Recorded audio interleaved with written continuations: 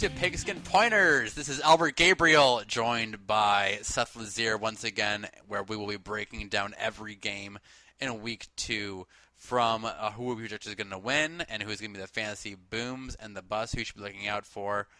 So we're going to start out. We're going to get right to it there with the Texans versus the Panthers. Seth, prediction. Who's going to take this game at Carolina?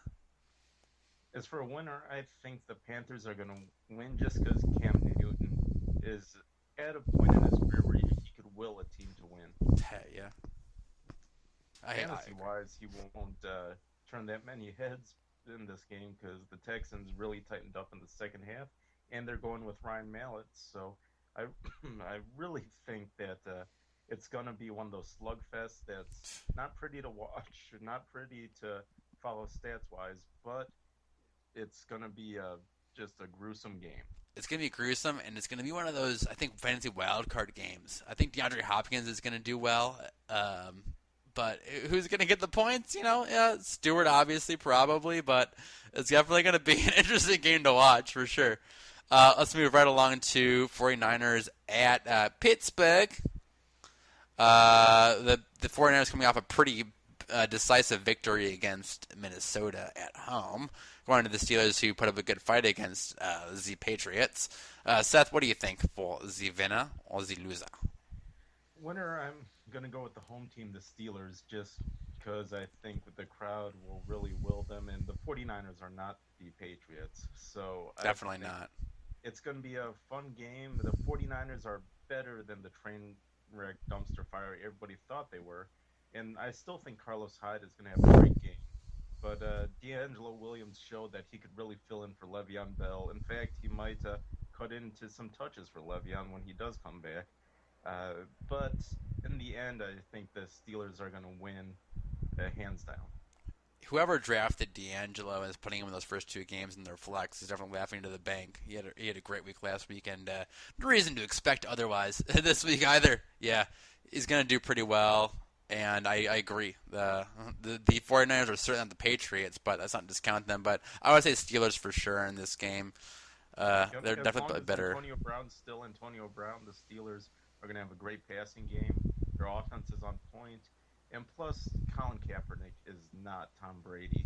So they're terrible secondary. You won't really have to worry about it much this week than last week.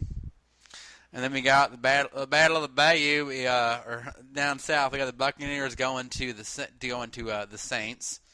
I personally think the Saints are probably going to take this one to right to the dome. I think that anyone on the Saints offense will probably be a good flexer. Ingram might be a good RB2. What do you think, Seth, about this game? I don't see any way the Buccaneers could win. This is Drew Brees versus Tampa's defense. You just, if you have Drew Brees, he's a must start. Saints win all the way. And if you're not starting Drew Brees and you have Drew Brees, then I have no idea what you're doing fantasy-wise. But any Saints that you could put on offense, take a look at them for this game.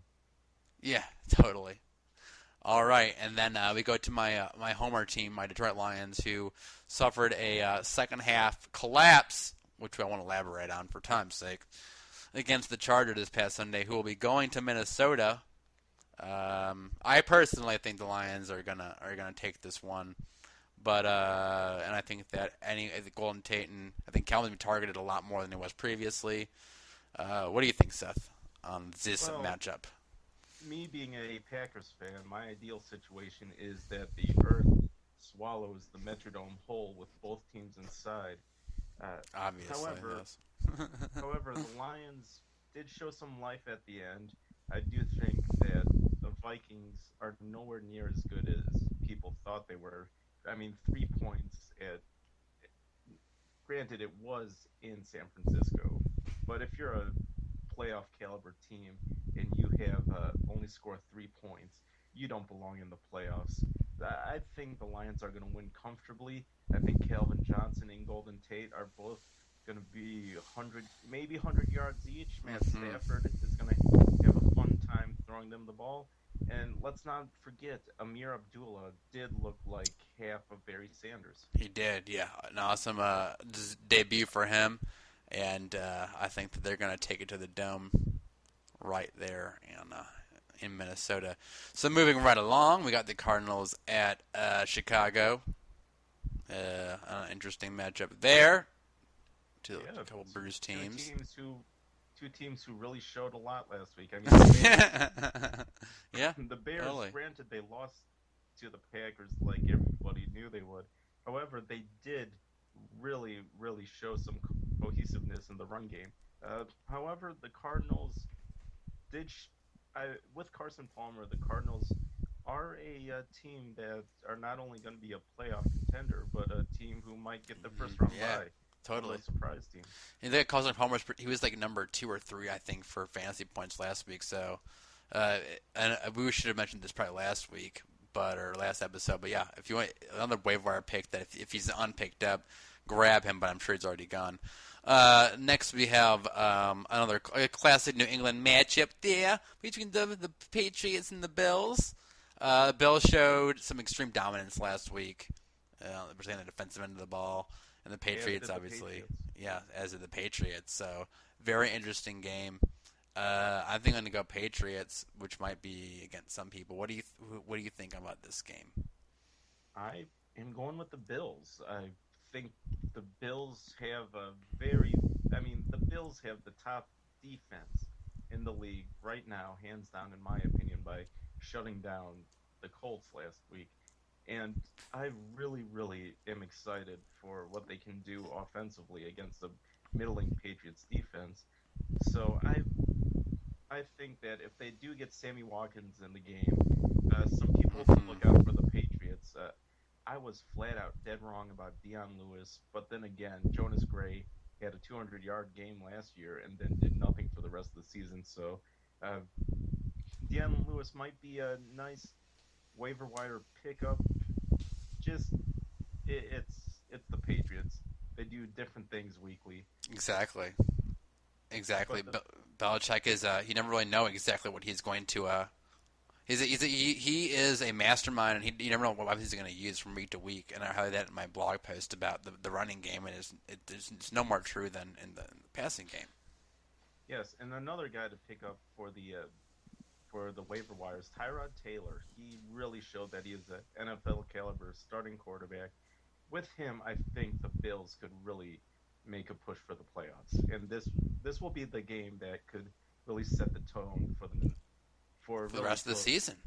yeah. I mean, a win against the Patriots is as big as any. It's a great ego boost. So I take the Bills, and I think it'll be a very close game.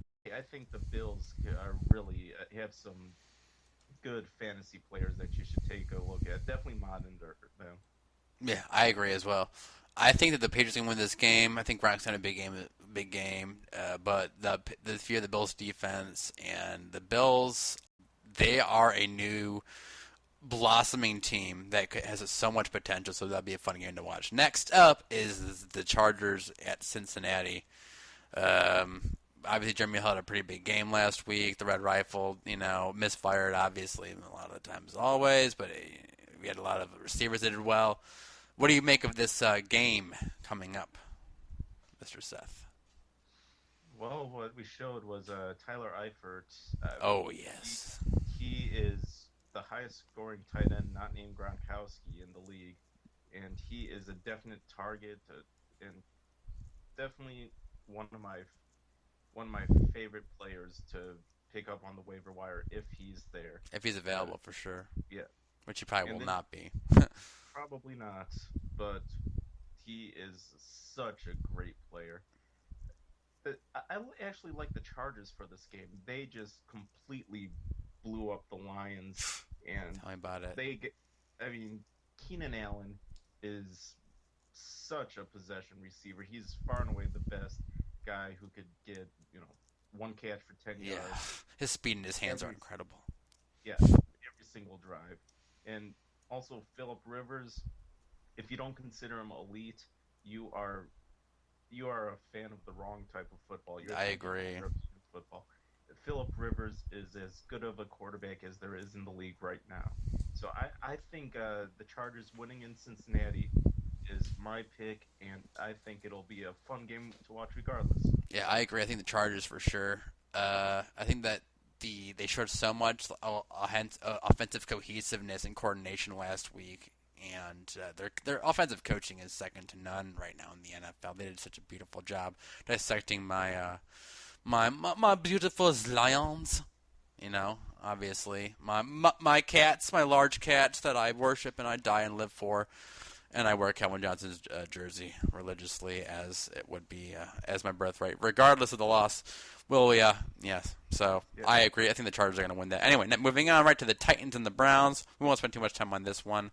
Real quick, what do you think? Well, last week's game with the Browns and the Jets, me and our occasional host Ryan Lamb, we called it bad burlesque because Yeah. things you'll never see in an I saw 3 or 4 things you'll never see in an NFL game during that game, but it's the Browns. They got Johnny Manziel, who really has a lot to learn, and I do think he can be good if they stick with him. But Mariota just showed way too much. They really had a field day last week, and if the Titans do half of what they did against the Browns, Not even a what they chance. did last week, Yeah, totally. Titans all the way on this one. absolutely. All right, we go right to the Falcons, who are going to New York. The Falcons, who traditionally win their first game of the season, they did beautifully again. But the Giants also did beautifully despite their loss against the Cowboys last Sunday. I like the Giants in this one going right there. I think that there's going to be a lot of vengeance, and fantasy-wise, I think the ODB is going to have a little more targets. There's going to be a little bit of discussion there. I don't like the secondary of the Falcons that much, so that's why I'm picking. Seth, what's your opinion on this matchup? Well, my love fest for Julio Jones continues. I absolutely think he is the best receiver in the league right now, and I'm including Antonio Brown. He is just such a big, consistent target. Mm-hmm. And although I think he's going to get big numbers and Matt Ryan's going to have a good game, in the end, the Giants have a much, much better defense than Totally. what the Falcons played last week. So I think if the Giants establish some consistency on offense, especially in the run game, the Giants will win. Mm-hmm. Yeah, I agree. We have the Rams, who are going to the floundering Redskins, who are in all sorts of trouble on all sides of the ball. I think the Rams decided a victory last week, though was decisive. They are not a guaranteed victory here, but I would put money on them. Absolutely. But then again, Redskins, they can pull out victories. They do have that kind of spirit within them, that morale, that rallying spirit. But without that many targets and without a strong quarterback, I'm not really sure if their chances of winning are high at all, if even remote. What do you think, Seth? Well, the sneaky play with this is the Redskins actually have a very solid defense. They did hold a good offense last week to only 17 points in the Dolphins. They did. But just the Rams, I think they have too many weapons. I think Nick Foles is the sneaky good player of the league. And I think the Rams will win. But it will be a very close game. This might be one of those sneaky, fun games to watch. Yeah. We'll move right along to the Battle of America's Dick. Dolphins versus the Jaguars. Obviously, this is going to be a matchup that is not going to be... How should I put this? It's not going to be one-sided. Well, it's going to be one-sided victory-wise, but fantasy-wise, there could be a lot of potential here, I think. What do you think, Seth? Absolutely. I really think Tannehill's going to have a solid game. The Jaguars got nothing, nowhere, anywhere. They have a working man defense, just people who could go in there and prove that they're NFL players, but they got no stars, and that goes back to Dante Fowler injuring his ACL right in training camp. The Dolphins should really just walk all over them. Mm-hmm. And some guys you should keep an eye on are Allen Robinson of the Jaguars, because he's got to break out one of these days. And Yeldon too. I mean, he's gonna get way more touches with the latest injury, obviously. So he's gonna get a lot more red zone touches there. Absolutely. I mean, the Dolphins really did not have a good run defense last week, No, even with Sue there. So TJ Yeldon is a guy to, if you have him, play him. totally. All right, then we have the Ravens versus the Raiders. I think another lopsided matchup here. Pretty easy to predict that. I think the Ravens are going to go in there and tear it up. Fantasy wise, I like pretty much any receiver on the Ravens because the Raiders secondary is. They might as well be cloning me and putting them out there at some points because it's there's coordination is lacking. The run defense is good, but I like Steve Smith. Even if you have him in your flex, put him in. Even put him in there. Put Torrey Smith in there in your flex. Absolutely. The one thing, though, is Joe Flacco is proving that he is probably the most overpaid player in the league. He is Consistently not proving. good when it's he's not good when it's not the playoffs. I don't like their offense. I mean, the Broncos last week, they weren't overpowering them defensively, but just they Ravens were making no plays. Justin Forsett was doing nothing. Nothing. However, 4 points, 5 points last week. Forsett. however, if you ever need anything to cure a slump, the Raiders are it. So I think the Totally. Ravens walking away are going to win. Yeah. All right. We'll move right along to a divisional matchup that I think everyone will be watching: Cowboys and Eagles. Wow, this is gonna be a good one. This is going to be a really fun game. Playmakers all around. Two middling defenses versus two offenses with potential to be very, very solid. So I just want to take a look at a quick stat. If you could give me a second. Sure. What's your thought about this game? I think that Randall is going to have a huge game, but it's going to be very interesting. The Cowboys are coming off that huge last-minute victory. The Eagles coming off that loss at home. It's going to be a big, big matchup. Fantasy-wise, I think, or rather, that Bradford is going to be a 20-25 pointer. DeMarco is going to be a 10-15 pointer. There's going to be a lot of weapons used. Ryan Matthews last week didn't do too much. He did something there. I think it's kind of a. I'm not really big on the. I think everyone coming into this season was Eagles offense this, Eagles offense that. I think everyone's kind of not necessarily eating their words yet. Yeah, just the key word. They're kind of calling back and saying, we'll have to wait and see. Well, the guy I really like this week, who had a monster game last week, is Darren Sproles. I mean, he led the Eagles in rushing, averaging 10 yards a carry for 50 yards. He got he had 7 catches for 76 yards. And Jordan Matthews had a solid game, forcing a lot of people to eat their words. And Sam Bradford proved that he could be a legit passing threat, even though he did turn the ball over twice. He did turn it over a little bit. He definitely looked a little slow. He definitely had an injury concern there. Yep. So there's definitely question marks surrounding him. But, yeah, I mean, consistency throughout the offense, depending on the other question is who is going to get the ball. And we'll go to the Sunday night game of the week, brought to you by NBC or whomever. Seahawks versus the Packers. This will be a very interesting game.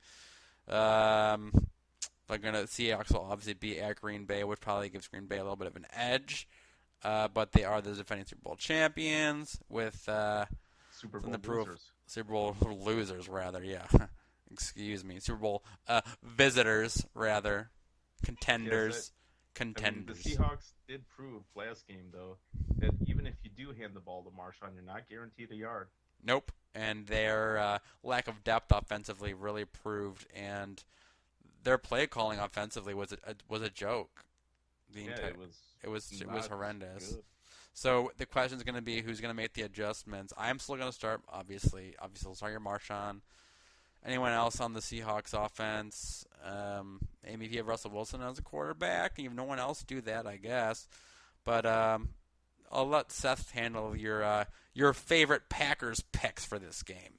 What do you think? Picks. Well, James Jones, I think, he's the red zone target. He had 3 catches, 51 yards, 2 touchdowns.